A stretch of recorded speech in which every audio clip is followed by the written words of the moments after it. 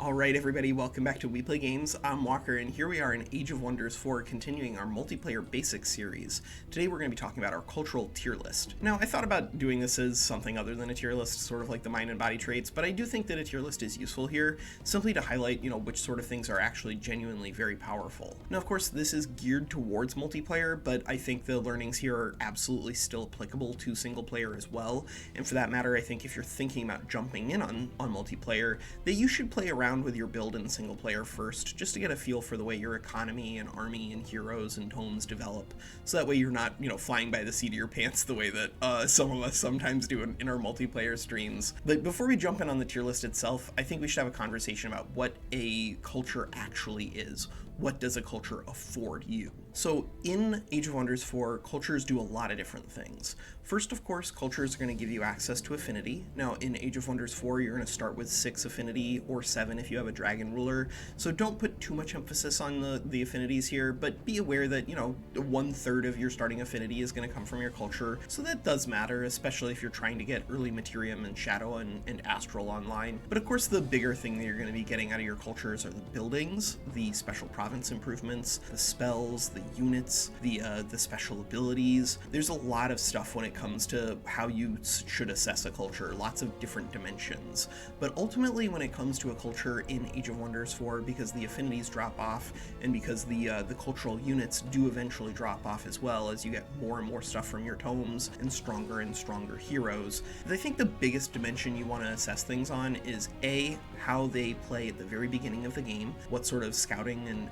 economic resources do they make available to you, and then B, how do they scale into the mid-game. That's really what you're going to be looking for when it comes to all of these cultures and the way that you can assess them. Alright, so we're just going to be using this tier list here, courtesy of Jumbo Pixel. I'll try to remember to put a link down below if I don't, remind me. But this tier list I think is going to be really well organized. You got everything here in alphabetical order, and of course that's going to line up with the way it is here inside of the Encyclopedia. I'm not sure why he doesn't like this on the Create Faction page, but I guess nothing's perfect. But the Encyclopedia, anytime you see the eye in the upper right, you can just click on it, and I think this is actually a great resource, especially if you're just trying to learn about like a unit you've almost never seen. The Astral Siphoner, for instance, I think I got completely owned by this in the first game I played against Zombie, because he had some wisps that evolved, and Siphoners can do Astral Pull, which pulls the units towards them, which you can use on the enemy ruler to just assassinate them at the beginning of the game. And if you're looking for something that's unique and hard to find elsewhere in the game, I think the Encyclopedia is the best way to do it, and I think that the rest of the information here is pretty well organized. I wish that some of the pop-out things were a little better, like this could easily have the production cost on it, but I think overall the information you'll find in Encyclopedia is really good. So let's talk about Barbarians, and let's talk about the things I like first, because I like a lot of stuff about the Barbarians. There is one big problem, but I like a lot of the rest of it. Barbarians, first of all, they have a fantastic ability here in Ritual of Alacrity. This is a really messed up ability. This allows all of the units in one army to heal on an outpost or a city center. You just have to click a little button on it. And it's once per 3 turns. I'm not sure if there's a way to reduce that cost in terms of turns. If there is, I haven't found it yet, but it doesn't matter because it's not a global cooldown.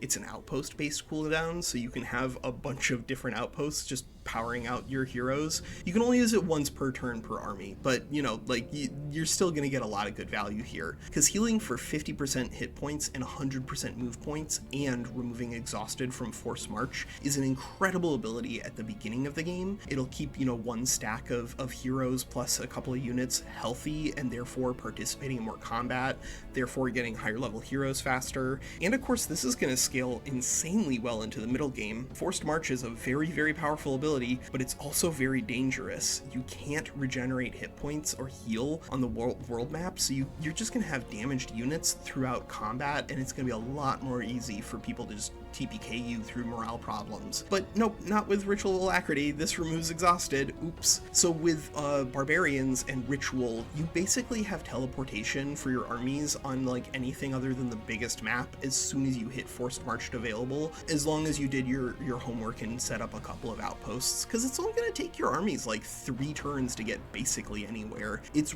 really, really good. And of course, you're not just, getting the normal amount of outposts. The other thing that I like about the overall economy here for Barbarians, at least, the military economy, is their insanely high quality of units.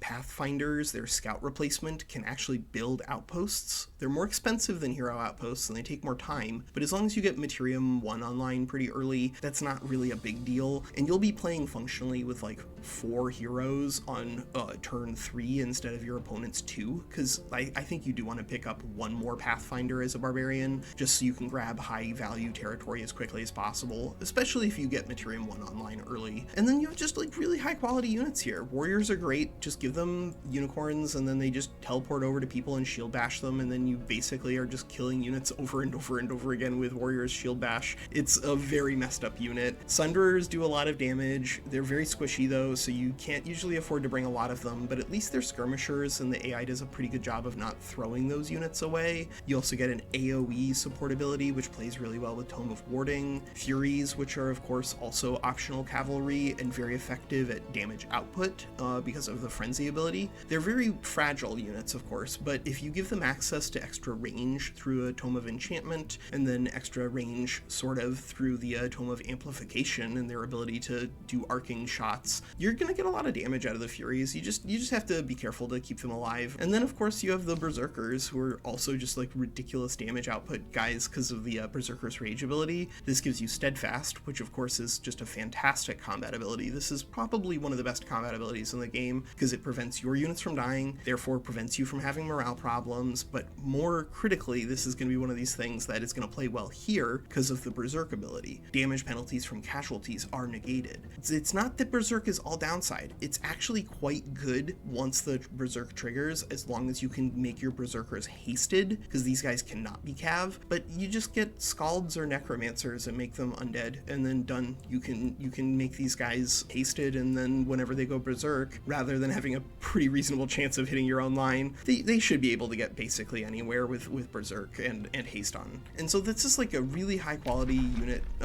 list here. You also have a lot of really, really strong things for your heroes. Generally, you want to get 1 Killing Momentum hero built as quickly as possible, sometimes 2, but Killing Momentum is a very, very powerful warfare skill that it's sort of like the basic finisher for warfare, but it lets you take another action after you kill a unit with a hero. Now, of course, you do need a lot of pips in warfare, and so in order to get there, you have to take some of the marginal skills. I think Sprint is like the best warfare skill by a pretty big margin, and then the rest of them are just sort of like basic damage output, which is alright, but like not exciting. Whereas Bloodlust and some of the other abilities here, like Keen Edge as well, these are just really good in terms of the real damage output and the morale output, right? Because if you have Keen Edge and you're getting a lot of crits, and you have Tome of Revelry online for the Scalds, so you can haste your Barbarians, you're gonna get a lot of extra morale out of crits that you roll. And then of course Primal Mark is 8 extra damage on the first melee attack, which is naturally available to your units, but you can also get available on your heroes here. It means that your heroes are just gonna do a lot of damage super early, and they're gonna get really high levels super early because of Ritual of Alacrity and the Pathfinder. But of course, cultural units, they drop off as the game plays, right? You're not gonna be running around with a bunch of tier 1 units forever. In fact, you're probably gonna disband some of them at a certain point. But that's not a bad thing, right? The Barbarians, if you leverage all of this stuff early, probably by taking Fabled Hunters and then just clearing the map as your economy, that can be pretty good, right? If you just clear the map as part of your economy, you do have a limited growth potential, so you do need to start killing people proactively, but that's not a bad plan, and the fact that they do so well with heroes is also a pretty big deal.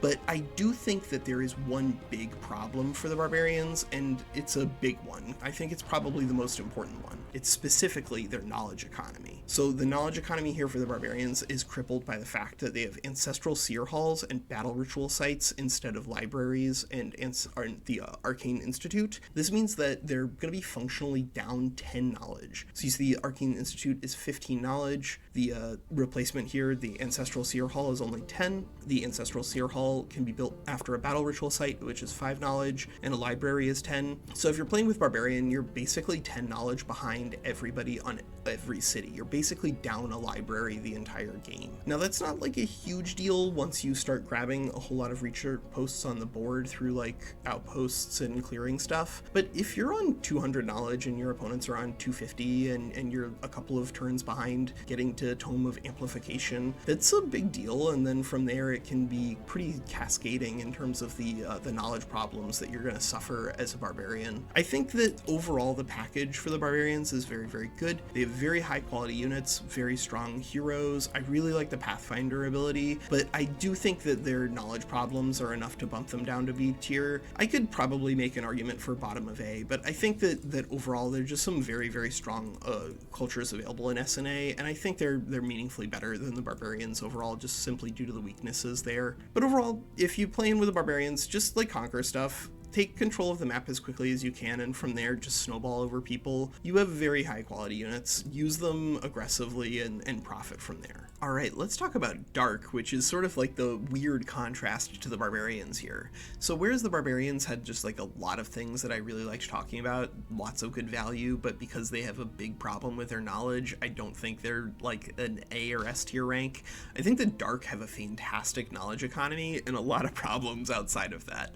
So the Dark have a fantastic knowledge economy for a couple of reasons. First, although it doesn't show it here, we do get 2 shadow affinity at the beginning of the game. You get 0 shadow affinity out of Barbarian. You kind of have to take probably 2 Materium affinity with Barbarian pretty darn early in order to get good value out of their scouts, and so you don't have like the flexibility to pick up 2 or 3 shadow the way that Dark does, and therefore get shadow 1 online super early. But shadow 1 in the Empire development tree gets you 150 knowledge per hero defeated, and that means that you get basically 10 turns of owning an arcane institute or 15 turns of owning a library per free city that you conquer. That's a lot of turns of real knowledge. Now, like obviously 150 is going to slow down as in terms of value as the game goes on, but if you can get to, you know, Tome of Amplification before somebody else and then just start throwing amplified mines everywhere, you're going to have a pretty big advantage on somebody else who doesn't have shadow. And the early game knowledge economy doesn't just stop there. They have a nice little upgrade to some of their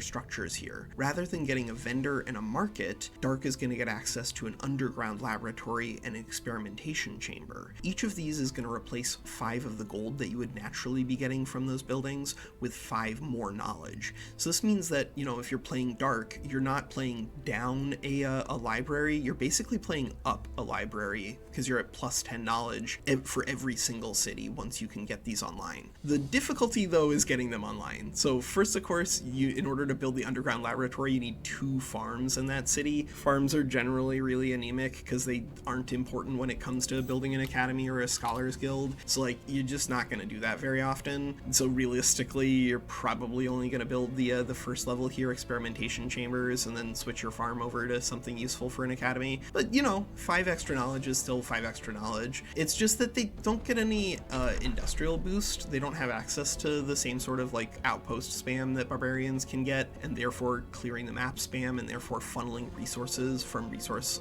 nodes to your cities ASAP. So Dark, they need some kind of production bonus. You can get that by playing underground and doing excavating, or you can play it by just taking Fabled Hunters and clearing stuff. There are a couple ways to get around it, but you really do need to do something to fix up your production economy.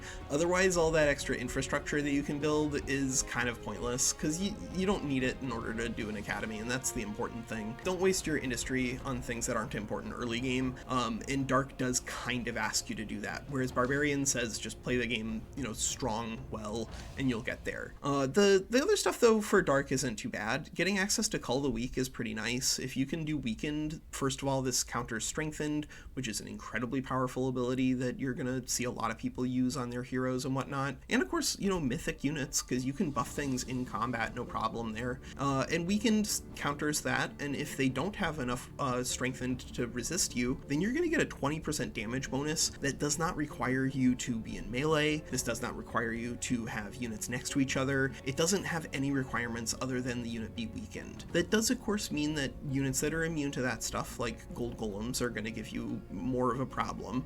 But this is a very nice ability at the beginning of the game and does a reasonable job of keeping your heroes alive as well. And then you get Grim Executioner, which, like we talked about with Barbarians, this is a warfare skill, gets you closer to killing momentum, and critically, this is 30% critical hit chance rather than the 20 that you get on Barbarians. It's counterable with Misfortune, but like this is technically more, and people are not using Misfortune effects a lot because they're pretty limited in their application. So that's a huge deal. Sundering Curse is also just like an incredibly powerful single target sniper effect. It's not really an artillery because it's target enemy unit rather than an AoE, and so I don't want to give people the wrong advice here. This is not a fireball, but it's pretty good at assassinating enemy heroes and enemy high quality units. And of course this is a non-rollable Sunder defense, Sunder resistance, inflict weaken. There's no chance to resist this, so status resistance doesn't matter against these. It's only status immunity. And the tactical spell here, Ice Shackles, I think is very good at the beginning. Slowed is a very powerful ability now by preventing people from doing retaliation attacks.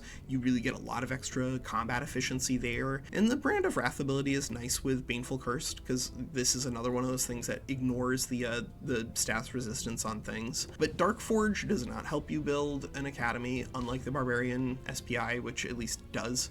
Foresters, I think, are generally better than Quarries because you can build them on more spots, whereas Foresters you can't. But I do think that their units here leave a little bit to be wanted. They have access to Warlocks. These guys are like magical snipers. Pursuers are a tier 1 unit that can actually be cav, so that's a big deal when it comes to scouting. But their scout is functionally a non-unit. Most scouts are functionally non-units, so they shouldn't feel too bad about this, but unlike the Barbarians, they don't have any meaningful reason to want to build more than one scout, and they probably are going to end up disbanding their starting scout pretty quickly once they find the things near them as quickly as they can, just to save on the upkeep. And then of course their Night Guards, these are good damage output units, but you'll notice that there's no support unit here, so you kind of like have to get a support unit from somewhere ASAP, because support units that can like remove status effects, especially stunned, is a really big deal when it comes to the combat effectiveness against an enemy player, and you don't have one of those here, so like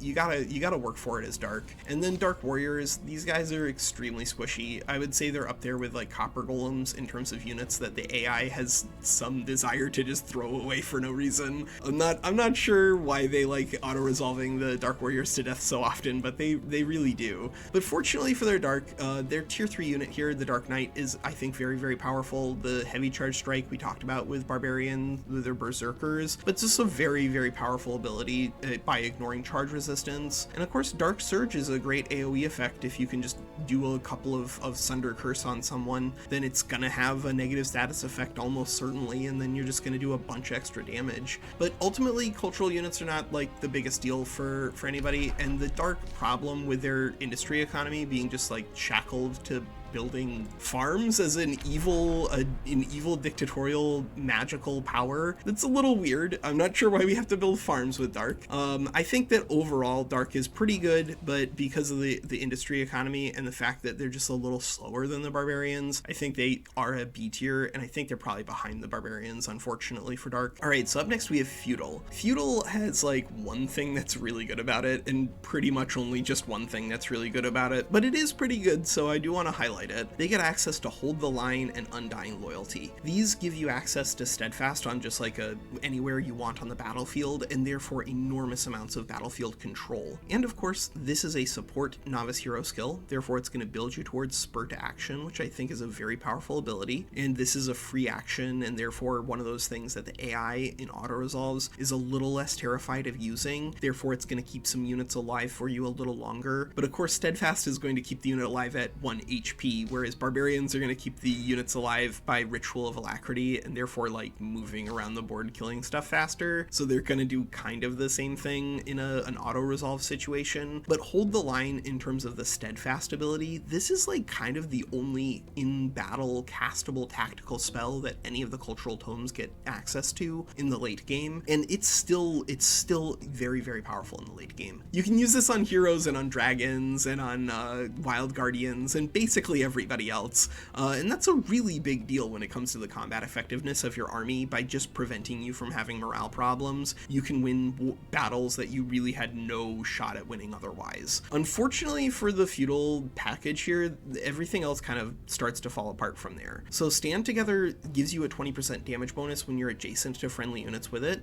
This is unlocked on the hero, and of course is going to be one of those things like the extra blight damage for Barbarian that's available on all your units naturally. But you don't want to be clumping all of your units together in PvP. Like the AI right now doesn't take advantage of AoE situations, but other players absolutely do. And so if you just bunch up all of your units and create a perfect opportunity for somebody to blast you with Lava Blast or a Fireball effect or whatever, guess what? They will. And then your giant damage output that you thought you were getting from Stand Together is just going to go out the window because all your units are going to die, and that's going to be bad. And you don't want to do that. And for the same reason, Feudal Ruler has some problems. Anything that just like asks you to be adjacent for a long period of time is a big problem. I think the Feudal Lord ability is cute, but ultimately because these do not build towards any of the finisher skills like Killing Momentum or Spur to Action, this is sort of like asking you to sacrifice a level on your heroes for a little bit of economic benefit. It's not like apocalyptic, but this is more of a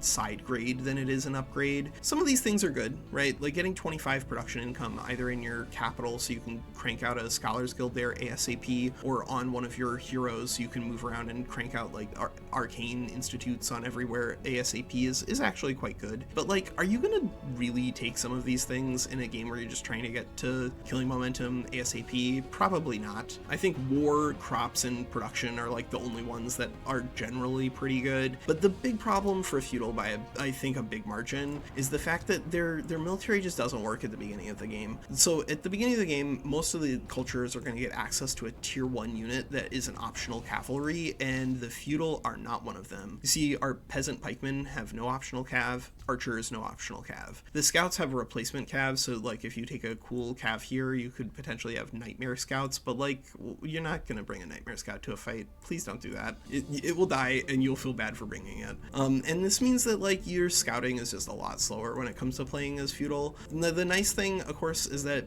Bannermen and the Defenders are both pretty good in the tier 2 slot, especially with Tome of Warding for Bannermen because of the way these guys operate. You just get so much bolstered resistance. And then Defenders are optional calves, so if you give these guys Nightmare and then you just, or like Unicorns or whatever, they can do a lot to act as like light cavalry, but they're light cavalry. These guys are not a real threat in terms of their damage presence. Heavy Shield just makes them, you know, more bulky, not more damage threatening. You can just ignore Defenders. Even if they're mounted, just ignore them. Focus on the other stuff, and then their combat effectiveness goes down a lot. The Knights are a little better. I like the fact that they have Giant Slayer now. That I think is absolutely necessary to give the Knights a real opportunity to shine, especially because in the late game there's very few things that let you do extra damage to large target units. There's like this and gold golems. Please Triumph, give me a tier 3 or a tier 4 polearm, please. But I think the fact that this is on a 48 movement speed unit is actually kind of even better than just a normal polearm, because this is just way more applicable into a real combat situation, right? You just run somebody down and then you're rocking. But the Inspiring Killer is like mixed in terms of value. It's pretty good if you take Tome of Revelry, which you probably should, but it also precludes access to undead, so you know, just be aware of that. There's just so many problems at the very beginning. That's like the real issue for the Feudal stuff. Tier 1 units are garbage.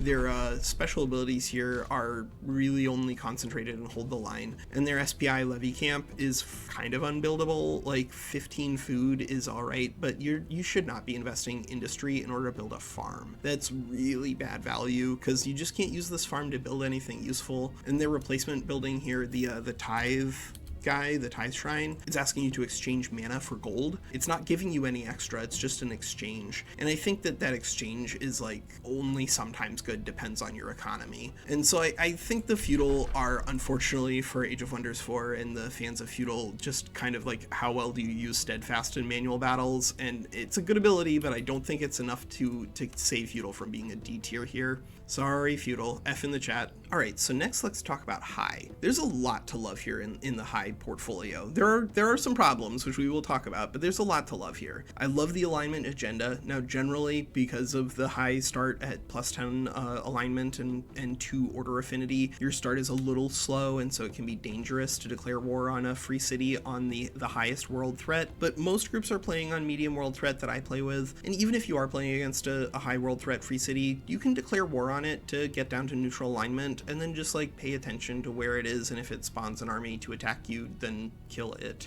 That's kind of the easiest way to get down to neutral. You do need to have access to city stability bonuses though, which is kind of questionable because like a lot of the city stability things aren't great. Playing as a champion is a big downgrade to playing as a wizard king, but imperialists is a good trait, and although that means you start with 3 order, which is questionable, hey, you know, 20 extra raw resources in terms of food and production is a really nice bonus to your city, so don't overlook it. The pure good bonus is basically nonsense. 25 city stability means basically nothing, but the pure evil thing is a great way that you can play the alignment agenda out right in the late game after you've built up your cities and you've got everything established in terms of your infrastructure and your economy. Then just flip to pure evil and all your units are going to start in an awakened state. And this is sort of like the highlight for high when the game goes long. So they have a really powerful mid and late game combat ability here in awakened, but it's also very good at the beginning. +3 spirit damage is a huge upgrade to the combat effectiveness of some of your guys, because we'll talk about their units in just a second, but their units have some problems. But the twin awakening ability is a huge upgrade to the damage, especially if you play in the underground, because there's a lot of things down there, the undead and stone spirits that you encounter who are going to be weak to spirit damage, and even if they aren't, there are very few units that resist spirit damage. So this is just a great damage type, and of course the dormant enchantments, which you can see here by just like flipping over this, they're always applicable on your high units, but you can get this enchantment to get those upgrades for your other guys. So you can get like seeking arrows on your glade runners. That's pretty good. Getting access to radiant light is generally better. Distracted is a colossal increase in damage, right? You also have access to some other nice little abilities here. I think exposing light is kind of what the dark spell wants to be. Dark is just, I'm gonna kill one unit, whereas exposing light is I'm gonna just fireball people with magical spirit damage. This is the real battle mage skill. If you want to use a battle mage hero, you're probably playing as high. Unfortunately, the combat tactical spells are kind of nonsense. That's to be expected. But the fact that you have a research post SPI is just a huge deal. Like, being able to build a Scholars Guild literally everywhere is a big deal. And even if you can already do that, because you just have like good places to put your cities, getting an extra knowledge down because you have another research post for your Scholars Guild is a great upgrade. But the high unit roster is kind of mixed. I'm not a big fan of Dusk Hunters or Dawn Defenders. Dusk Hunters, I think, kind of got more press than they needed to, because people were just like stacking a whole lot of range on them and a whole lot of low-level unit enchantments to make their damage output really high. But against a human player, they're just gonna kill your Dusk Hunters, right? Like, against the AI kind of would just ignore them and then you would just machine gun people down. But against a human, they're just gonna kill these things. They have 50 HP and no resistances, and so these things aren't as effective in multiplayer as you've come to expect, almost certainly. And then the Dawn Defenders themselves, although they are an optional unit cavalry here, they have no stun, they have no lockdown, so like, these are cute units and they're very bulky, but they're sort of like Defenders light, and I'm not a huge fan of like regular defenders because you just ignore them. They're light cavalry that don't really threaten units that well. They're best when they can threaten people with flanking, but like they just don't do that much. Even with Awakened, they just don't do that much. But Sun Priests are really good, right? Getting access to this Mending Awakening, 30 temporary hit points is a big deal when you're trying to interact with a hero.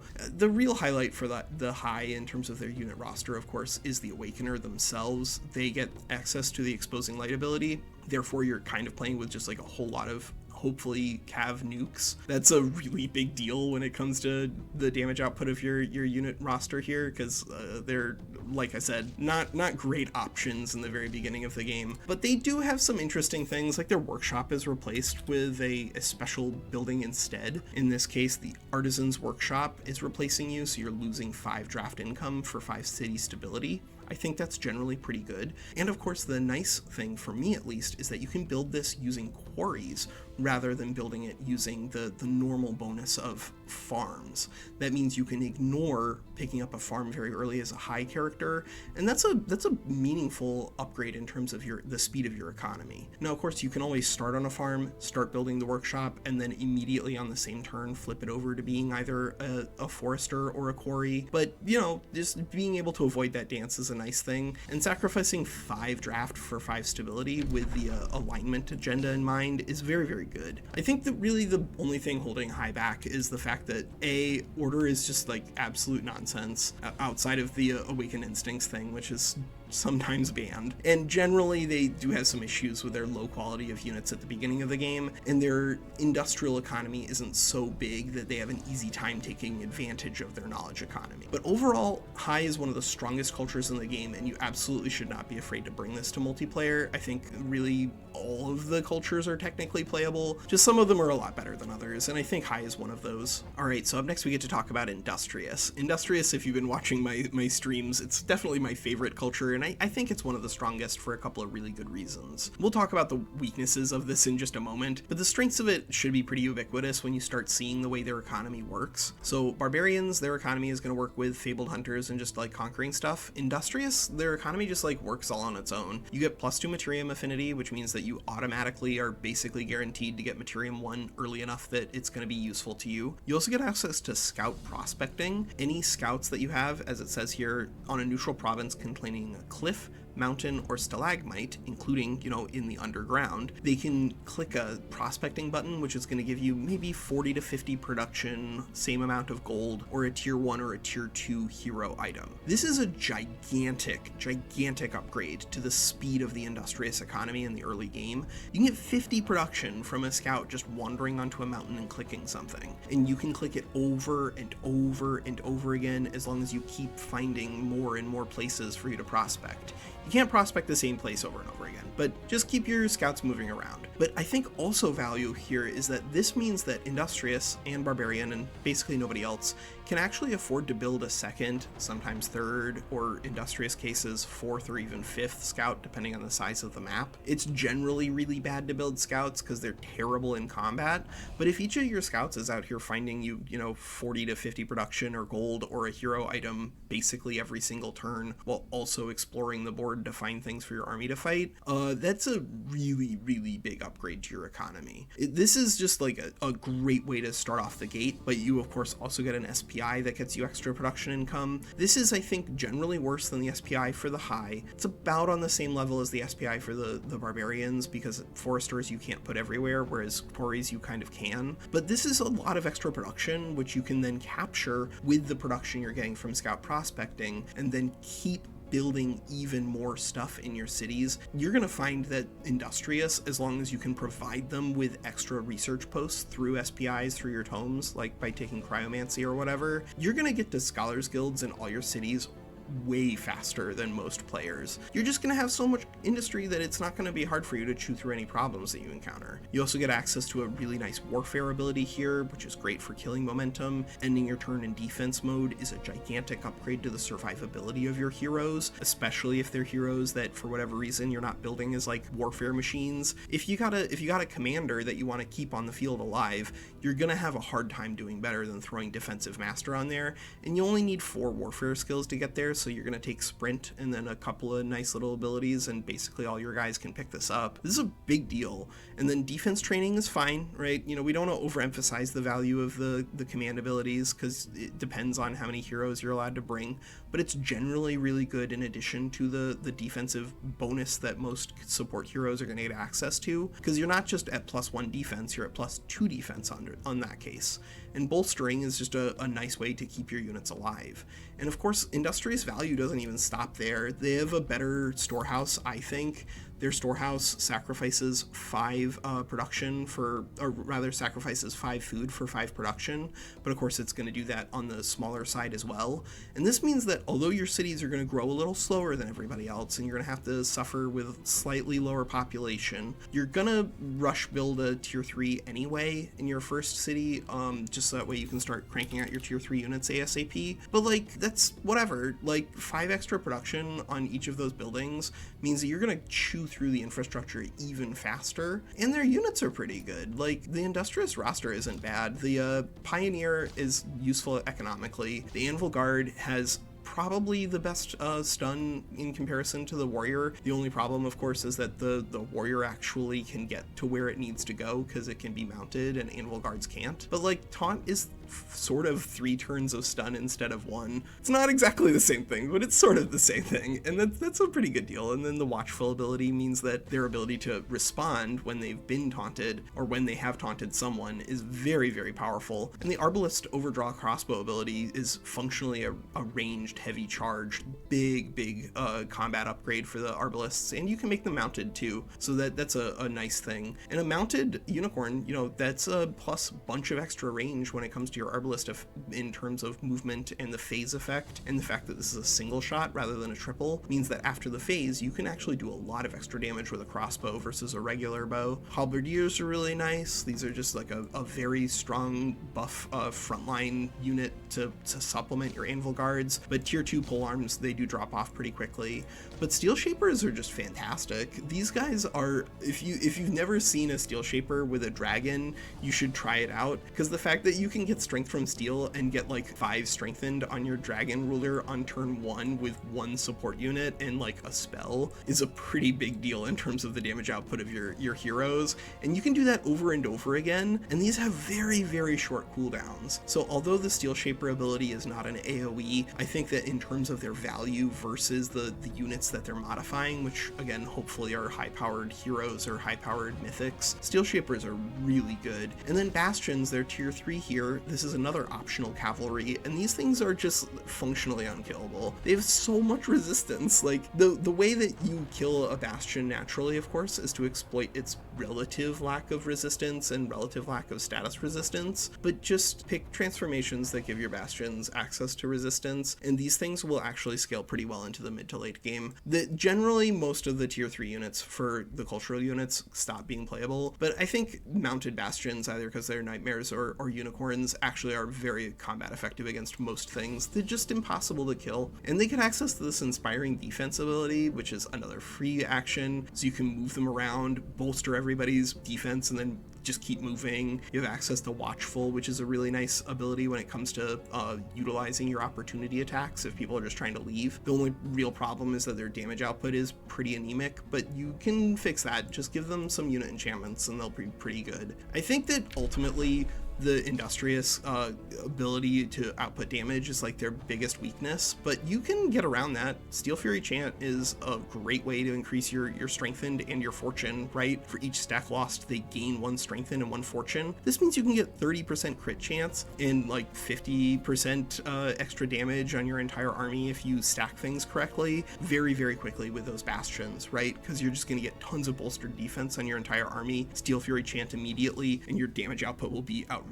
for the remainder of the buff there. 3 turns of almost double damage is a big deal. It's hard for me to find a real problem or a flaw with the Industrious plan. I think the biggest problem with them is that you do need a lot of mountains. So if you're playing on like a big ocean, then they're not as good. If you're playing on a big ocean, they're probably a little worse than high, but like on a normal map, I think Industrious is the best by a pretty big margin actually. Alright, so finally we have Mystic. There are some really great things about Mystic to kick this off. We do get 2 Astral Affinity naturally. That's going to put us a lot closer to Astral 2. That's one of the best picks on the Empire development tree, I think. I think it's like up there with Materium 1 in terms of just like one of the strongest things you can do in the game.